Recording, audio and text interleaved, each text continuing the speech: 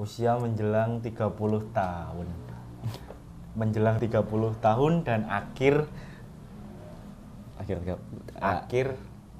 usia 20-an. Iya. Akhir 20-an ya, bener ya? Iya kan, akhir 20-an. Mungkin podcast ini akan bahas itu bersama Mas Duwe dari apa? Dari mana ya, Mas? Dari Litu Podcast. Dari Litu Podcast. YouTube atau Spotify. Jadi Apple Podcast. Mas Duwe itu sahabat saya dari Putra Lawu ya?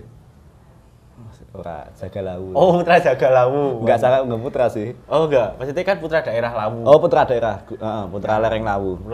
Putra Lereng Lawu. Lawu. Kayak Mas Duwe, apa kabar, lama enggak ketemu loh, Mas? Baik Mas Adit. Ikan kayak Steve. Baik Mas Adit. Iya. Oh, baik Mas Adit itu dong ya. Iya. Oke. Aku ajak ngobrolin usia akhir 20-an ini, aku melihat siapa ya sing akhir 20-an yang masih aktif ngono lho maksudnya. Ini Panji gak iso soalnya dia di atas. Iya. Liane ra iso. Panji ra iso dan lain-lain wis ra iso. Kira aku kejak Mas Duwe karena dan juga Mas Duwe kan punya podcast juga di Spotify gitu podcast jadi aku podcast yakin, kecil sih Mas. Iya kecil tapi kan hampir 100 episode kan. 100 episode. Nah, itu udah gak kecil lagi 100 episode itu. Kalau dilihat kecil besarnya dari episodenya itu wis ya kita mengejar kuantitas. Wih wis mateng Mas, aku mau cari konten apapun. Mas Dwi tetap udah pernah ngobrolin itu sama orang-orang. Oke. Ya jadi aku punya keresahan ketika neng podcast gitu kan ketika saya diajak omong nggak aktif gitu loh. Pernah dirimu pernah mewawancarai orang pas podcast pasif, ya? Pasif. Pas podcast terus pasif itu pernah Mas. Nah, itu malah kan? lebih susah tanya daripada ditanyain. Nah, iya. Itu kemarin itu sampai 100 episode itu berarti pernah ngalamin itu. Jadi podcast ini malah bahas podcast ya? Nggak apa-apa. Di awal saya, di prolog saya. Kalau podcast sendiri itu kan random, quantity konten ya. Jadi konten yang sangat banyak tapi kualitasnya zong. Masuk. Terus. Nah, jadi yang tak wawancara itu teman-teman yang aku meyakini semua orang menarik Mas sebenarnya. Tapi beberapa hal mereka tidak diangkat ke permukaan, maksudnya ke media. Mereka jadi tidak ada media yang atau sosok yang terus mengangkat. Dia sendiri pasti juga merasa apa aku ya iso toh ning konten-konten seperti itu. Emang pendapatku menarik. Sebenarnya kan kehidupanmu menarik. Adanya ya kayak ning buku lah Kuntawijaya itu nulis soal pasar wong desa. Soal masalah itu. Terus Ronggeng Dukuh Paro Ahmad Tohari ya wong desa. Iya. Nah, aku dari kisah-kisah itu sebenarnya wong-wong ini punya potensi untuk hal yang diceritakan ini entah menginspirasi atau enggak, tapi ini perlu loh, ngerti fenomena biar enggak konservatif malah. Biar enggak menelan konten-konten dari barat, maksudnya barat itu Indonesia bagian barat pusatnya konten itu sentralisasi kan ke Jakarta, ibu kota, kota besar kayak gitu ya. Bahkan terus ada yang bertanya itu gimana? Yang pasif? Atau memang mereka nggak tahu apa yang kamu tanyakan? Aku sebisa mungkin dia pasif bilang, Mas maksudnya? Ya itu maksudnya aku ngubah pertanyaanku lebih gampang dicerna gitu. Pertanyaanmu nganu mungkin? Konspirasi global.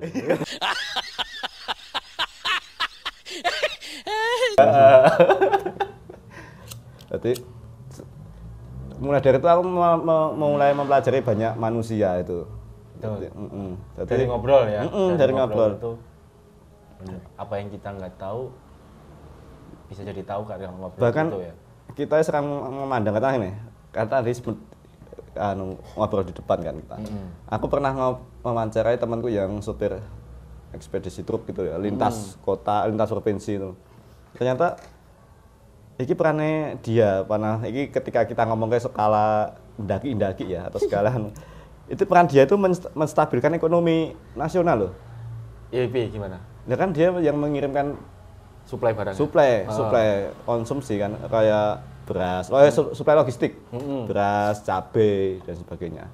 Bahkan aku pernah melihat story-nya dia itu demo. Story super truk ya? Demo, pernah ada demo. Dan tanpa mahasiswa. Demo over muatan itu ya? Ya, yang kemarin itu loh di sini dekat ring road itu. Dan itu demo yang terorganisir tanpa mahasiswa. Tanpa. Itu juga jadi bukti gitu ya? Ya, bisa pergerakan ini loh, iki anu apa ya? Manly banget ya, orang-orang manly banget iki. Apalagi dengan mereka iki bahasanya kudu bahasa manly. Betul. Gen rodok piye ya, bisa diterima. Ngombene ciu. Jadi kita usia hampir 30 itu ngombene wedang uwuh ya. Rempah-rempah di Pejalan, warung kopi Pejalan punya Mas Sigit itu di Sidik, di Palur. Palur sekarang. Buat teman-teman yang pengen ngerasain wedang uwuh dan nongkrong-nongkrong yang tempat ketemu yang lumayan nyaman ya. Nyaman. Serasa rumah sendiri. Iya, bisa ada perpustakaan juga. Ada teman-teman dari komunitas lain. Komunitas lain, ada para pekerja seni yang menjual cendera matanya di sini itu juga ada. Welcome banget. Jadi kalau dari Karanganyar, warung Pejalannya Mas Sidik itu sebelum flyover belok kiri ya. Belok kiri. Ada gang, nanti Google Map aja. Kalau dari Solo setelah flyover Palur turun belok kanan. Dekat kampus juga kan? Dekat kampus juga. Teman-teman UNS atau ISI bisa. Jadi wedang uwuh itu udah menandakan bahwa kita usianya menuju tua lah. Menuju tua. Menuju senja. Wes ra kuat kopi ya, asam lambung Pak ya? Aku asam lambung, Mas. Oh iya. Aku asam lambung. Tapi aku sering nongkrong ning warung kopi. Pesene? Wedang uwuh. Non kopi kan biasanya. Oh, non kopi. Nah, aku tetep Mas, aku tetep pesen kopi, tapi ya pas nongkrong itu wes udah pasti kembung. Oh. Kemrecek. Tapi bisa disiasati Mas. Apa itu? Pesennya yang ada susunya biasanya. Oh gitu. Aku biasanya ngono. Cocok-cocokan sih Mas aku kalau ada yang kopinya terlalu strong mungkin pasti kayak gitu. Tapi kalau enggak yang terlalu strong ya paling mual-muale atau nggak bisa tidurin nanti. Tapi konten kreator gak asam lambung bukan konten kreator. Iya, bener. Ya kuwi. Usia 28 tahun, 28 tahun kalau bikin usia ya. Akhir di 28 29 tahun ini Mas Dik, apa yang kamu lihat di lingkunganmu? Dari usia yang seumuranmu, Be. Jadi gini Mas, aku menarik itu gini. Dulu kan aku pernah mengalami fase-fase sebelum usia sekarang ya. Mengalami fase ada kekecewaan dengan beberapa tokoh, katakanlah tokoh kampung ya, gak ngomong ke soal tokoh nasional dulu ya. Oh ya Mas Dik aktif ya di Karang kampung ya. Ketua Karang Taruna. Ketua Karang Taruna. Mojo Gedang. Mojo Gedang kecamatannya. Desanya Mojo Gedang, dusunnya. Aku Karang Taruna dusun. Oh, Karang Taruna. Dusunnya? Mojo. Ya itu. PRT. PRT bagus kok. Nah, kekecewaanku terhadap tokoh-tokoh itu adalah gimana? Sebenarnya bukan tokoh juga kan, di kampung selalu ada strata sosial yang dimana dia tidak berperan tapi punya pengaruh. Ada power di situ. Secara kapasitas pemikiran aku meyakini dia orang pinter. Tapi untuk kecenderungannya dia di wilayah sosial masyarakat kok biasa pasif loh. Enggak, akhirnya ketika sampai usia saat ini aku mulai memahami apa yang dia pikirkan loh. Dia pasif yo, ancane kadang yo angel juga untuk mengkoordinasi masyarakat di kampung gitu. Dia udah paham, udah tahu realitanya, ya, udah sadar, nggak seidealis usia Anda waktu ya, itu. Benar. Iya. Padahal dulu pas usiamu masih berapi-apinya 20-an awal 20-an, wis mbok salahke entek-entek. Iki kamu tidak berkontribusi. Gitu. Tapi akhirnya usianya itu baru sadar ya. Baru sadar. Dan mungkin aku jadi tolak ukur, aku harus mengingat kekecewaanku dulu. Minimal aku tidak melakukan hal itu karena aku akan dikecewakan di adik-adikku. Oh, bukannya malah gini. Lelit flow lah. Usia kayak gini kan emang udah sadar mereka generasiku kemarin itu juga kayak gitu. Enggak gitu. Ya, enggak ikut arus. Kadang kalau capek ngono Mas. Lah menungso lho Mas. Menungso kadang ya kesel ya kan. Wes gatel lah aku sebenarnya. Tapi kadang kalau moodku lagi baik aku aktif di kampung. Tapi kalau lagi mood nggak bagus, teman-teman di kampung lagi sibuk, tapi aku kadang gatel lah kampung suruh sono kan. Itu dengan kesadaran maksudnya kamu udah tahu usia gitu ternyata usia sekarang itu ternyata orang-orang tua kemarin-kemarin itu ya memang dia udah porsinya seperti itu kayak Iya, krusial konflik lah, banyak konflik mereka. Jadi konfliknya sama nggak sama yang ketika saat ini aku yang mungkin saat ini aku ya konfliknya juga banyak ya. Enggak kayak aku wong sing menderita enggak banyak, cuma banyak apa ya? Hal-hal yang harus dikerjakan di usia-usia saat ini. Kan ada target hidup berarti Anda. Ya iso dia ngomong target ya Mas. Karena aku belum nikah. Oh iya. untuk teman-teman yang setiap minggunya aku jagung ini tekanan juga kan. Iya kan. Di usia-usia aku teman-teman sudah mulai nikah semua. Gua anak nih. Terus gua anak. Bulan gua anak. Yang pernah di podcast ini Gani itu. Gani kan sudah punya anak juga. Pulang itu dulu izinnya itu ngerjain tugas. Ya. Selang beberapa tahun ketemu pulangnya ya. Nah, digoleki anakku. Iya. Alasan-alasan itu sudah mulai aku dengar. Bahkan dulu kan cuma gojekan ya, Mas. Ketika ayo nongkrong, bojoku nginterke blonjo ya. Ini kan bercandaan. Sekarang itu realita gitu. Ini enggak nganyel sih. Tadi kayak kok aku enggak ya? Iya.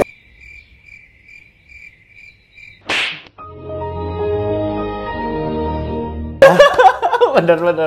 Kok kembangku mekare orang bareng ya. Ya jur pari ya yo, ada saya gabuk. Aku pasti gabuk kuwi ya. Bahkan pacaran sendiri aku gak duwe apa excited kayak semasa-masa kuliah atau waktu sebelum ini, Mas. Circle-nya untuk berrelasi dengan lawan jenis sudah powernya sudah berkurang atau gimana? Ini, ya aku kan udah punya pacar kan. Tapi gairah bukan gairah seks ya, maksudnya gairah berpacaran itu kayak biar semangat nonton atau semangat main. Pokoknya kalau malam minggu weekend itu sudah merencanakan hari Kamis hari Jumatnya besok kesini yuk. Bahkan aku mulai menyadari bapak-bapak yang mulai suntuk di rumah dan dia keluar ke warungnya. Aku pacaran wis ngrasake lho. Piye? Iya kan. Aku iki pacaran lho. Bapaknya sale ning warung. Wah, ngene le golek rokok iki. Itu mah alasan. Dan golek rokok iki habis itu rokok Bali-Bali. Nah, itu ya. Itu alasan untuk meninggalkan rumah. Karena suntuk dengan istrinya. Iya, bisa tuh. Aku enggak kepikiran loh itu. Enggak kepikiran? Enggak kepikiran dulu. Soalnya gue LDR. Bangsat. Aku maksudnya lihat bapak-bapak, wih tangan, maksudnya dolan. Ngono tuku rokok Mas ngono. Wis rokok disumet suwe ngejak ngobrol, bahas. Lha dalane iki lho ning dalan di apa? Dalan Kotawi ngene. Oh ternyata kuwi ya ning omah ki suntuk ya. Bahkan kan kemarin kan ada isu jembatan ini loh, Palur ke Solo ini kan mau dibangun kan, diperbaiki ya? tanggal 23. Mungkin ketika podcast ini tayang sudah dibangun kan. Itu jadi obrolan di sana. Enggak, kan pacar kan kerja di Solo kan. Oh. Aku suruh loh, yang delok niki info. Kowe bakal mulai macet aku. Kowe ngekos wae. Aku menganjurkan dia ngekos, kosnya yang tidak bebas. Jadi ada alasan aku kesana gitu loh. Iya, jembatan itu pun ada 2 saat ini pun kalau jamnya rush hour kan jadi macet. Apalagi satu ya. Kan ketika diputar ke arah Bakuna kan jauh banget dari Karanganyar loh. Apalagi kerjanya di Mangkunegaran, dekat Mangkunegaran. Jadi aku merasakan mulai, menjadi tua seperti ini ya. Meskipun aku belum tua loh, aku belum menikah. Iya. Aku sudah bisa pola pikir ya, maksudnya pola pikir dewasa. Sudah bisa membayangkan. Beberapa teman-temanku emang, ayo toh nongkrong dulu bae. Akan kita anak muda nih, belum punya tanggungan istri ya. Nongkrong yang sedilut kadang ya ngopo sih? Omahku aduh ketika harus ke salah satu tempat, kowe ngejak nongkrong setengah jam ngapain nih? Iya kan? Ternyata temanku itu suntuk. Dia butuh penyembuhan, healing lah. Untuk kalau zaman muda dulu luah ya, mau main nongkrong kapan pun bisa mulai ketemu konco niki, wis nongkrong di mana warung pejalan, ketemu temennya. Meh Bali ada orang yang ada teman lagi, ayo nongkrong neng Solo, bablas. Siap. Tapi sekarang udah di planning sebelum sampai warung pejalannya harus planning. Wah, kinggon yang warung pejalan sampai jam sekian baru kuwi liyane. Sekarang kayak gitu ya. Jadi aku untuk mensiasati masa tua atau menuju 30. Nah, benar. Siasatnya itu gimana? Ya, kita harus gak kita sih, gak harus juga. Aku ini menerapkan ini, yo ini realitas yang harus dijalani satu. Yang kedua, nikmati emang usia tua emang seperti ini. Karena tidak aku sendirian yang merasakan. Bapak-bapak yang keluar malam beli rokok itu kan teman-temanku itu. Kita bisa buat WA iya. gitu. Biar deh, iso metu lagi ya. Bener. Di tempatku juga itu kan ada tongkrongan Vespa kan. Tongkrongan Vespa itu juga punya grup yang Bapak-bapak mungkin juga. itu ya, aku baru tahu itu loh. Mereka itu selalu suntuk. Iya. Mungkin kalau malam gitu kan absen dulu, pagi gitu absen. Iya. Kirim apa itu namanya? Emoticon ya. Stiker. Bapak-bapak jelas. gitu ya? Gitu. Tapi ini tetap ya? nom deh rotokan sih. Rotok nom untuk orang kayak grup RT ku. Wah. Grup RT ku lebih Parah ya? Bapak-bapak, Chaos ya? lebih bapak-bapak ngono kayak lah. Selamat pagi, semoga ini. Kayak gitu. Ayat-ayat itu dikirim ya? Oh, ada. Ayat-ayat itu terus Pak Presiden ngopo we dikirim. Wih. Jadi itu beda antara tongkronganku sing grup motoran dengan RT ya? beda. Itu di Salatiga ya? Di Salatiga. Terus oh iya itu tiap nganu kuwi dia teman-teman ini udah gabut. Iya. Dan main itu keluar. Itu kalau weekend udah pasti ada di Apali. Di Apali nih si A, ini nggak bisa datang mungkin karena ngejak main keluarganya. Iya. Nah, zaman kita pas kuliah ya, sewaktu kuliah masalah itu nggak ada. Adanya cuman garap tugas, kuwi tetap ngapusi lah mungkin garap tugas ya. Ya tugasnya apa sih? Dulu ternyata ini Mas, aku mau ngalami di masa kuliah kita terbebani oleh tugas itu wes koyo seakan-akan itu menjadi hal yang berat gitu loh. Itu masalah yang paling besar. Iya, masalah itu kehidupan besar. Ternyata ketika memasuki setelah lulus kuliah malah lebih besar lagi. Terus aku melihat tugas kuliah lah iki menurutku anu sulit di masa tua adalah kita kan sudah melewati fase di mana kita hidup ya. Sekolah, kuliah, kerja, duwe bojo, nah duwe anak. Anak kita mengalami masa di mana kita dulu. Beban terberatnya adalah sekolah. Tugas-tugas sekolah. Terus pamong anakku sambat, ya iki tugas sekolah piye angel berarti. Pamong secara pemikiranku, mbok wis gatel kasih garap. Enggak kalau kayak gini. Pak ini masalah. Pak ini tugasku gini-gini. Tenang lho kuwi rong abot. Wis abot nek kowe engko masa kehidupan. Jorok kan langsung dor. Wis Pak aku mau dadi dewasa ngono langsung kan. Lah terus melihat ngomong-ngomong soal anak dan remaja pada saat ini. Sudah bisa mengimbangi belum? Ya, aku kadangnya menjadi orang kamu bersosialisasi, ngobrol atau kumpul dengan orang-orang itu anak-anak remaja seusia belasan itu ngimbangi enggak? Kayaknya sepengetahuanku ngimbangi Mas, karena tempatku kan tempat tongkrongan. Jadi aku kan di rumah ada sanggar. Sanggar itu hampir setiap malam pasti ada teman-teman seusia kuliah itu nongkrong di situ. Dan aku masih bisa ngobrol sama mereka. Dan mereka juga ketika mereka tidak menganggap aku orang yang nyambung pasti ya kapok kan Bang. Iya, enggak balik meneh. Enggak balik meneh, tapi itu sudah terjadi bertahun-tahun kan sampai saat ini masih. Jadi mungkin aku masih dapat energi juga dari mereka energi. Ya. Ini penting banget Mas, karena ketika aku kan sekarang juga sama Mas Adit. Aku di grup RT kan. Iya. Karena menggantikan posisi bapakku kan. Jadi aku juga aktif di bapak-bapak gitu. Tapi di bapak-bapak aku juga nyambung. Meskipun tidak vokal ya. Karena aku lebih suka mendengarkan opini tidak vokal tapi lebih banyak maido ya Mas ya. Iya. Iya sih. Tapi gaya komunikasi ke bapak-bapak sama teman-teman aku beda. Beda. Aku enggak. Kamu tadi terus ngimbanginya dalam hal gimana maksudnya? Itu anak belasan tahun kan kita kasih obrolan. Obrolan mereka kan tentang TikTok, sosial media. Obrolan kita tentang pekerjaan, tentang usaha dan tentang bisa jadi kesehatan itu penting banget. Itu ngimbanginya mereka. Kamu tahu nggak konten apa yang lagi booming saat ini di anak-anak remaja itu? Nggak tahu. Gitu. Jadi itu penting Mas. Ini penting manfaat informasi di tengah globalisasi ini ya sungguh ya. Aku harus tahu semua hal karena aku hidup di banyak hal gitu. Aku kerja di aku kerja dalam kontrak di sebuah, ini aku gak ngomong idealis ya. Aku kerja di salah satu kontrak di Dirjen lah, Dirjen Pendidikan, dan aku ngampu di SMP 1 Jenawi. Aku ketemu anak-anak kelas 7. Kelas 1 ya? Kelas 1 SMP. Terus di Sanggar aku menemani teman-teman berproses musik itu dia usia SMA. Oh ya, SMP, SMA ada. Terus setelah rumahku di Sanggar itu tongkrongan anak-anak usia kuliah sampai 30-an, 30-an lebih. Terus di circle RT aku sama bapak-bapak.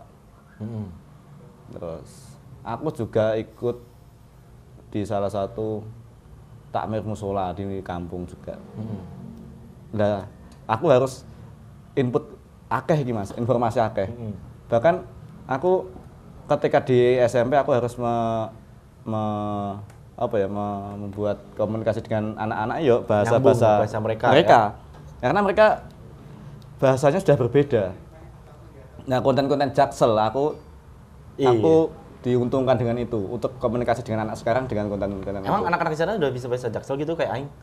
Ya, literally belum sih, tapi apa yang itu tadi konten Jaksel itu lebih ke mentality. Oke, menarik ini. Aku kira Jaksel itu bisa sampai ke mentality masyarakat di sekitaran sini di Solo dan sekitarnya Karanganyar itu masih lama ya. Mentalitinya gimana? Jangan pernah dengar ada orang bunuh diri karena depresi dibully temennya. Baru aja kemarin. Nah, itu sudah terjadi di sini kan. Aku pendengar kayak kan biar di Korea kan. Iya. Ya. Dan aku agak menyebut daerahnya. Daerahnya itu notabene itu desa loh. Desa loh Mas. Maksud cah desa kebuli. Kita hidup di era bullying loh Mas. Waktu kecil, ya toh. Bullying standar loh. Iya. Tapi kan kita nggak bisa mengejat dia mental lemah kan. Karena mungkin culture-nya sekarang emang seperti itu. Dan nanti jangan disalahkan anak kecilnya, mungkin yang disalahkan itu orang tuanya. Itu kan masih dalam mungkin bimbingan kan ya maksudnya secara aku pribadi yang disalahkan adalah orang tuanya. Itu masih tanggung jawab orang tuanya di mana kayak gitu. Jadi ning wilayah anak-anak sekarang yang banyak yang menyebut generasi Z itu. Itu sukanya kalau bercandaan dark joke. Nah sebenarnya itu belum konsumsi mereka ya. Belum konsumsi mereka, tapi mereka lebih nyambung nih wilayah itu. Iya. Piye? Angel lah. Dewasa dini atau gimana ya? Padahal ketika dark joke aku seneng belajar. Tapi ketika ada anak kecil pakai dark jokes gitu kadang sebenarnya beda sih Mas. Dark joke-nya beda. Maksudnya dark joke mereka itu aku lebih melihat itu unmoral bukan dark joke. Jadi kalau dark joke pemahamanku adalah dark joke yang dimana kita satire terhadap satu kepercayaan. Yeah. Tapi kita paham terhadap kepercayaan yang kita. Dulu kan sempat ada mati ketawa ala Kristen, mati ketawa ala Islam gitu. Tahun 90-an Gus Dur pernah ada video yang viral sama pastor atau gimana pendeta itu kan sudah dark joke banget gitu. Nah, aku suka dark joke yang seperti itu. Okay. Tapi anak-anak sekarang dark joke lebih ke lebih ke fisik atau lebih ke orang tua. Kita sudah mengalami masa di mana pengemlokan ke circle-circle-nya. Dulu kita bullying orang tua nama atau paling nama orang tua kita panggil nama bapaknya. Sekarang enggak, kita dengan label yatim, label sudah tuh hal yang biasa. Rada deg juga. Nah, kalau di usia anak kecil ya. Anak kecil. Usia remaja SMA mungkin aku konten-konten memes. Itu yang membuat aku sama teman-teman itu nyambung. Konten memes. Iya, benar. Itu produksi memes di sekarang ini banyak di usia mereka, SMK, SMA itu. Bener. Sekarang aku sendiri loh, Bro, aku sendiri itu malah entah orang lain ya. Aku baca memes itu sebenarnya garing. Tapi enggak, Kak. Lagi cari apa, Bu? Cari perhatian. Oh, yang padahal foto-foto orang-orang teks. padahal foto Mbak ibu-ibu nih di pasar. Ada pedagang sama pembelinya. Pedagangnya bilang cari apa, Bu? Iya. Pembelinya bilang cari perhatian. Ini jadi simple. Tapi aku sok ngakal. Oh, tak bikin status di WA. Ada temenku yang balas sih. Bedan todit. Sebenarnya kita tidak sadar kita stres loh Mas sebenarnya. Iya, boleh anu ya. Kita mencari hiburan yang lain ya. Iya. Atau yang stres karena kita ketawa itu. Iya, kita sebenarnya kan butuh pelarian untuk melampiaskan bisa ketawa gitu. Tapi gak masalah stres aku. Itu sering kemarin itu kayak gitu. Ada juga tuh temen di Jakarta itu dia bikin akun-akun repost meme, repost meme kayak gitu. Kan meme kan free artwork kan. Itu kan screen capture, posting ulang, posting ulang itu kan tanpa itu kan itu. Itu lagi. Oh, jadi anak-anak SMA, SMK seusia itu lagi rame-ramenya meme. Selain slot. Itu wilayah yang aku belum paham juga sebenarnya karena aku tidak masuk. Tapi mereka slot itu agak diuntungkan dengan ketangkapnya Doni Salmanan sama siapa itu satunya yang. Kenapa? Ya mereka menjadi kurang pede untuk bermain itu sebenarnya. Oh. Di kampungku ya, karena kan kampungku belum bisa membedakan mana yang legal, mana yang binomo. Iya. Nah, aku di wilayah itu mungkin belum bisa ngimbangin. Tapi ada satu sisi yang dimana aku pernah muda di usia mereka dan ternyata mereka itu suka band-bandan di masa-masa kita. Suka pemain band toh? Ya musik-musiknya. Di anak gaul sekarang itu seperti anak gaul kita dulu. Suka apa ya, pop punk atau baby gas gitu mulai mereka mendengar itu. Pop punk mulai era setelah pandemi ini pop punk lagi kan melejit-melejitnya. Nah, itu kan aku nggak perlu belajar lagi. Iya, aku itu sudah selesai lah. Sudah selesai dan aku masih suka dan masih paham. Walaupun lirik-liriknya kan ada yang relevan, ketika lirik patah hati pun kalau zaman sekarang usia kita kayaknya kalau aku patah hati nggak segini-gini amat deh. Iya. Tapi untuk mereka, seumuran mereka yus kita dulu juga ngalamin patah hati ini yo Ipang lah. Jedos dia tembok ngono lho maksudnya sampai kayak patah hati dulu Ipang lah. Ipang ada yang hilang. Patah hati tapi lanang ngono lho.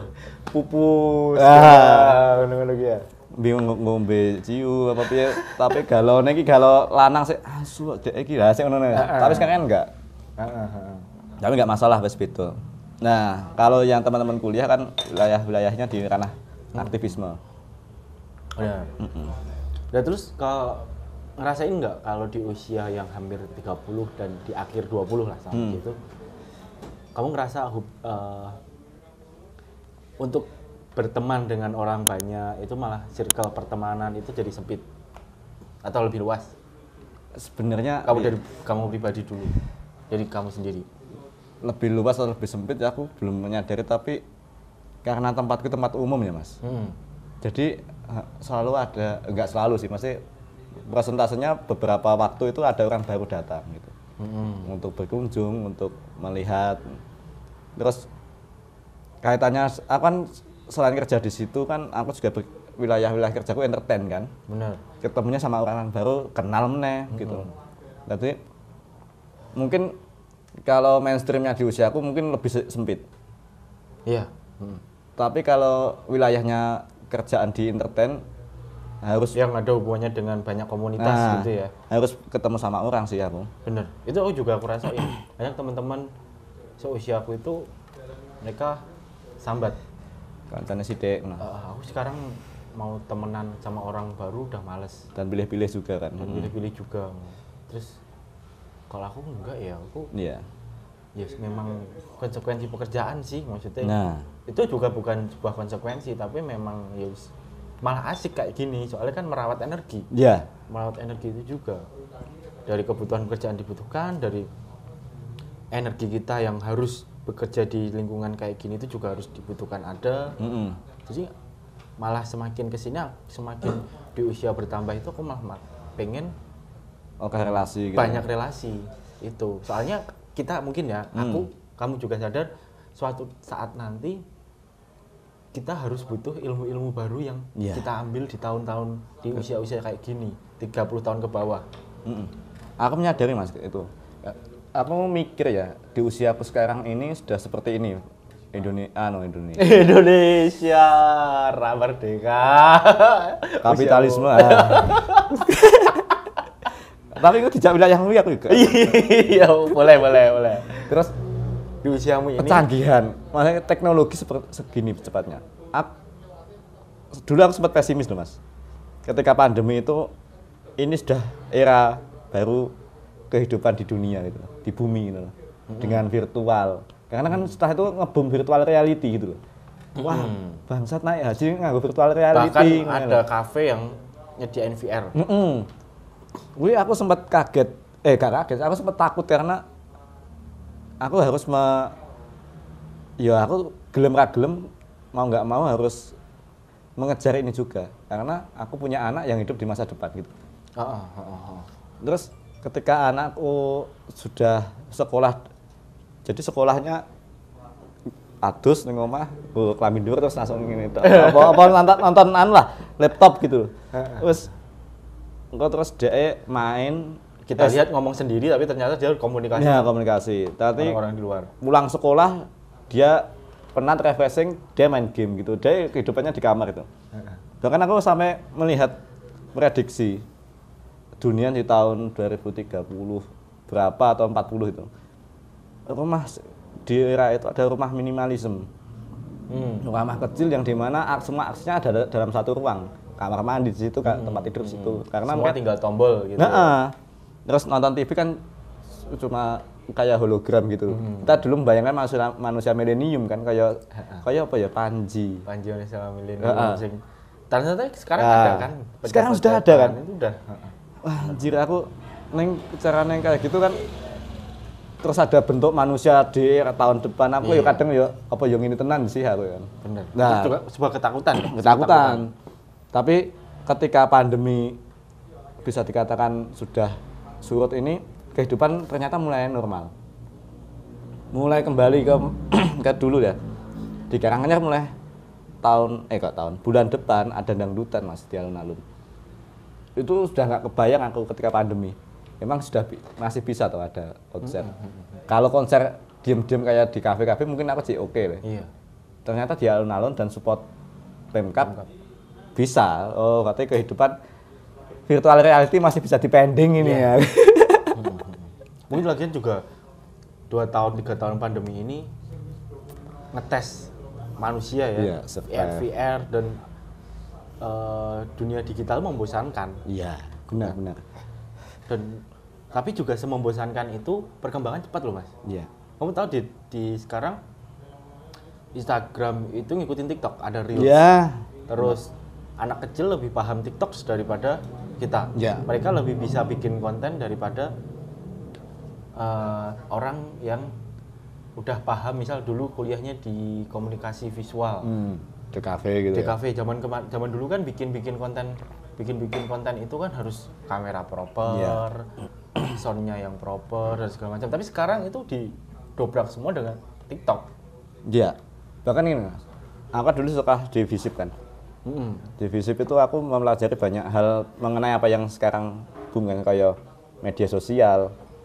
Dulu tuh aku lagi belum media sosial, bahkan internet di kampus pada saat aku kuliah itu bikin web gitu loh. Iya.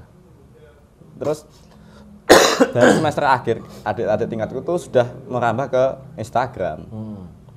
Terus itu iki tidak menentukan itu TikTok genti mesti. Terus aku dulu dapat mata kuliah jurnalistik. Ada beberapa kaidah jurnalistik yang harus dipenuhi kan. Dipenuhi, benar. Terus di era sekarang kita melihat berita yang kontroversial dan sebagainya, nggak ada kaidah jurnalistiknya, gitu loh. Dan semua bisa jadi penulis berita ya. Ya. Semua bisa jadi jurnalis, bukan jurnalis sih. Penyebar berita, pembuat berita. Beda ya antara jurnalis dengan mau berita. Jadi hingga akhirnya aku yang saat ini di wilayah pendidikan kecimpungnya ya relevannya pendidikan saat ini memerdekakan iya, tapi gak promo ya. Tapi ini ngomong ke kritik ke sana enggak sah.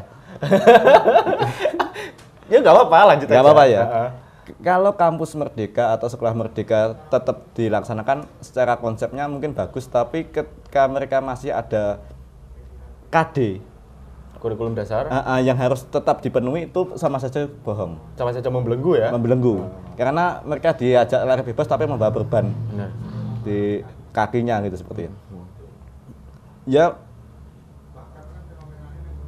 aku membayangkan di tahun-tahun depan anak-anak itu menginginkan sekolah itu alternatif yang dimana tidak ada KD, dia ingin menjadi apa yang dia inginkan. Misal dia pengen belajar gambar, iya. Suatu saat aku pengen bisa gambar mas, yaudah kamu fokus belajar gambar kayak gitu ya.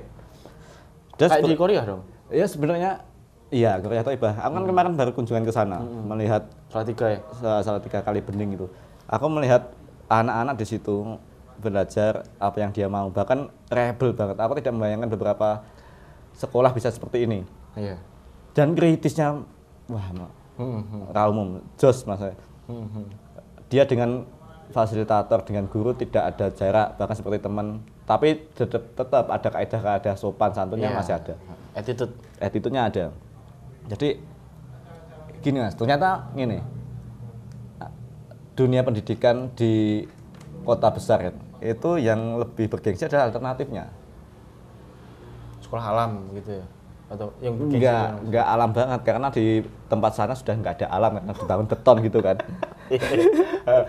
Itu yang anak-anaknya artis, public figure dan sebagainya itu sekolahnya ternyata enggak di formal gitu loh.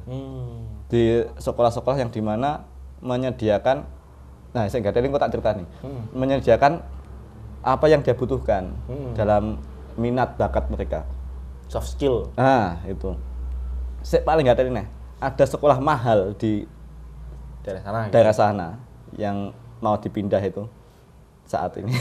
Ya itu mahal banget biaya pendidikannya, mahal, dan yang orang tua anak itu, wali muridnya itu isinya orang tokoh. Anaknya diajarin apa? Naik angkot ke pasar beli sayuran. Tapi alasannya menarik. Aku menanyakan kan dari fasilitator itu. Aku menanyakan kok bisa sekolah ini tercetus idenya tuh. Ya. Kok juga ada konsumen? Konsumennya ada. Ada peminatnya kan. Ternyata orang-orang kaya dengan kuasa seperti ini, anaknya berpeluang untuk menjadi seperti mereka. Iya. Dan mereka masa kecilnya tidak mengalami masa kecil seperti kita. Orang tuanya dulu. Dulu mungkin mereka orang tuanya kondeso terus sugih gitu, gitu ya.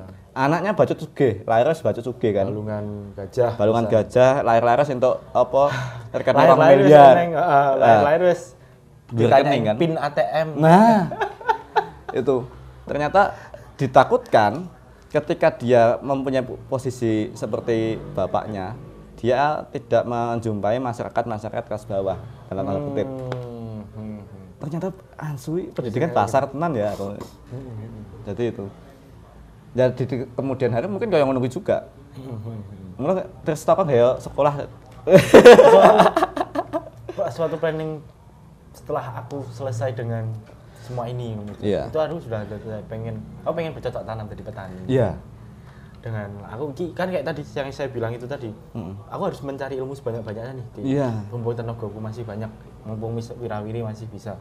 Kita harus cari ilmu, cari koneksi yang suatu saat mungkin aku ingin bercocok tanam di kampungku, tapi aku udah punya tali distribusi sayur itu yang di sini, di sini. Itu kan aku keren gitu. Terus juga untuk sekolah apa ya namanya ya, alternatif atau apa ya, sekolah alternatif memang aku sendiri udah pasti nggak bisa gitu kan. Jadi aku harus main ke sini, harus mendengar cerita-cerita kayak itu tadi. Kan menarik ya. Itu kan tadi kita break dulu ya sholat isya, terus habis break itu kita lupa tadi itu ngobrolin apa ya, sampai mana gitu kan. Nggak apa-apa, bapak-bapak tenan ya gitu ya. Mungkin gini, bapak-bapak kan ngomongnya gimana, pikirannya di mana. Iya. Kuwi sing Ngomong gur melepas stres tok. melepas stres. Nah, terus Mas Dwi, kita bisa tarik kesimpulan bersama itu di usia yang setelah 20 tahun ini akan dilewati. Puji Tuhan, syukur ya kita udah sampai di tahun 20 sekian. Nah, itu apa yang ingin Mas Dwi nanti di akhir usia 20-an itu nanti gimana? Ya mungkin aku tetap menjalani mainstreamnya orang di kampung. As you are ya, maksudnya menjadi Mas Dwi yang anak-anak itu, dari anak kecil itu memang harus bergaul dengan mereka, harus berkomunikasi dengan mereka juga, nggak cuman anak kecil juga tapi remaja juga ada circle-nya Mas Dwi, bapak-bapak di atasnya Mas Dwi juga ada circle-nya, itu juga yang harus, berarti itu bisa jadi pesan buat teman-teman yang lain dong, maksudnya ketika iya kan, ketika anak teman-teman di usia sudah disibukkan dengan pekerjaan dan mungkin menganggap relasi dengan orang di luar, orang baru itu agak membosankan, itu kayaknya harus dipatahkan ya. Menarik sebenarnya. Tadi ketika kenapa aku kembali ke kampung Mas, kan dulu sempat lama di kabupaten ini kan, di pusatnya Mas Teh. Terus kembali ke kampung karena ternyata aku masih terbawa jiwa-jiwa mudaku, ya.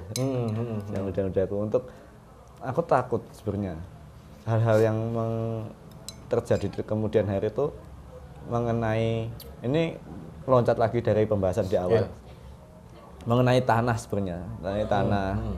Karena kita sudah tidak bisa, apalagi undang-undang yang disahkan itu kita tidak bisa merdeka terhadap lahan kita, meskipun lahanmu pribadi gitu loh. Nah masyarakat di kampung ketika mendapatkan uang, terkadang mereka mau melepas apa yang dia punya. Tergiur. Ya, tergiur. Jadi karena tidak ada histori yang kuat terhadap tempat itu. Nah, aku pengen membangun histori kembali. Bener. Pendekatannya pendekat histori ya. Ya, makanya aku aku meneruskan sanggar Bapak. Almarhum Bapak. Terus aku di kampung juga sama teman-teman Karang Taruna itu membuat satu gelaran event namanya Mojo Seni yang nanti akan tayang di Agustus akhir. Itu adalah supaya mereka ada kecintaan kembali terhadap kampung. Sik kuliah, tapi jangan lupakan kowe Balio. Karena tanah ini akan berbahaya di kemudian hari ketika investasi mulai masuk. Karena Majugdang menjadi tempat yang mungkin strategis untuk jalur-jalur ke Ngargoyoso, Tawangmangu, wisata gitu. Dan permasalahan soal tanah tidak akan selesai karena di tengah Tawangmangu dengan segitu sekarang modernisasinya, pembangunannya, imbasnya akan kembali ke sekitarnya. Sekitarnya itu. Mungkin itu jiwa-jiwa mudaku yang saat ini aku masih pegang gitu. Dan pede. Itu. Mantap.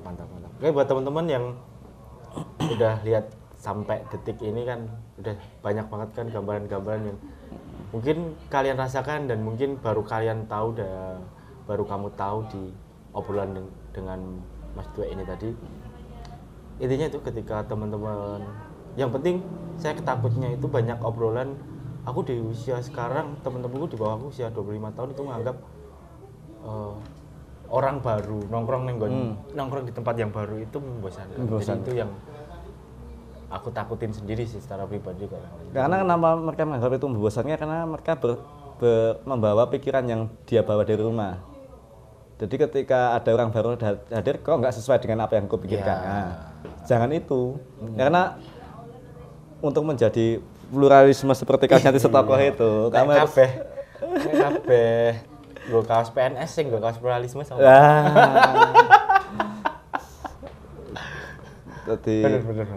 Jadi ketika kita membawa pikiran dari rumah dan kebenaran kita hanya yang kita pikirkan itu bahaya, ya destruktif itu. Orang baru pasti membosankan, memuakkan itu. Oke. Thank you, Mas Dwi. Salam buat teman-teman di Mojo Gedang dan Dusun Mojo. Terima kasih untuk teman-teman yang udah lihat, panjang umur untuk semua hal baik. Siap. Oke, ini kayak podcast tenan. Ada.